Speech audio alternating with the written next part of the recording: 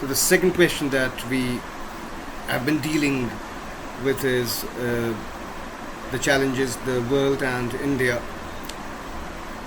face as of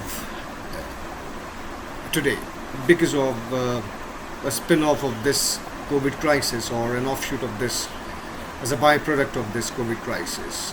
So of late we've seen firsthand the imperialistic tendencies that certain countries are asserting or exerting, which as a result of which they do not respect the sovereignty or the right to rule of individual nations, and they trespass or transgress other countries' territories. Similarly, there should be a greater sense of receptivity towards other communities' culture. Another challenge that the world faces is to be able to identify still unidentified plants and animal species. And the question is why? The simple answer to this is these still unidentified plants and animal species, which may be languishing somewhere in some darkness and leading a disrespectful existence. This is very important. They may be languishing somewhere and leading some disrespectful or undignified existence rather. They may yet have a cure for the many diseases that the humanity may face or encounter in the near future. So, or they may help preserve nature and maybe of help in some other areas. So it is imperative, it is absolutely important that scientists identify the unidentified flora and fauna. Preserving nature, yes, of course, and population control. But population control can always be a moot point, a debatable point, because certain countries, for certain countries, population is a resource. Certain countries, population is a resource, as many countries, as our neighbor has been able to exemplify.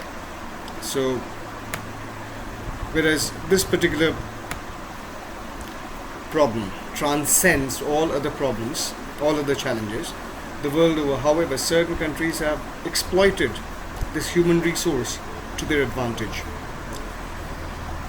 And next, of course, is a combined effort in producing antibiotics and other remedial measures or therapeutic measures for the diseases to enhance lifespan of individuals, of healthy individuals, to bring down the mortality rate.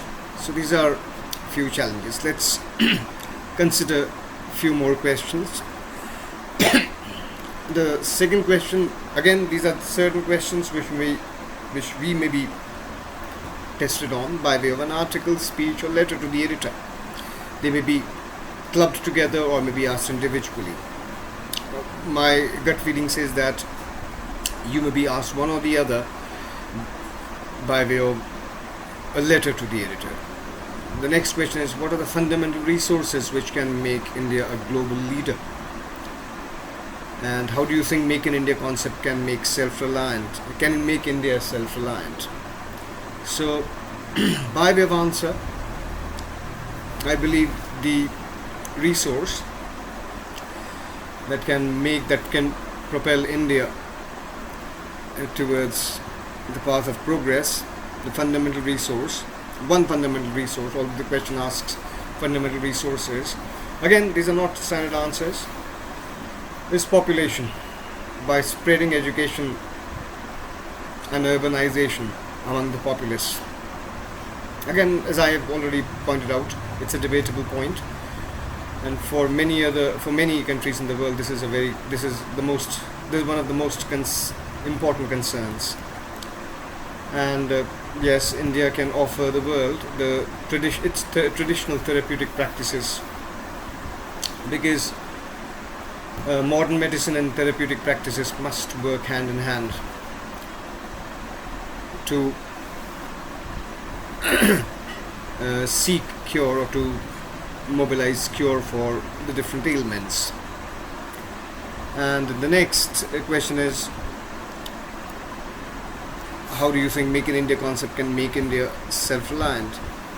Answer, I believe, is simple. If I have understood the question properly, it will reduce dependence, and moreover, which is more important, it will generate employment, and as a result of which it will promote happiness and well-being. Now, look at this particular question. The question is, which sector do you believe will contribute or can contribute most towards the development of Indian economy? Now, very difficult.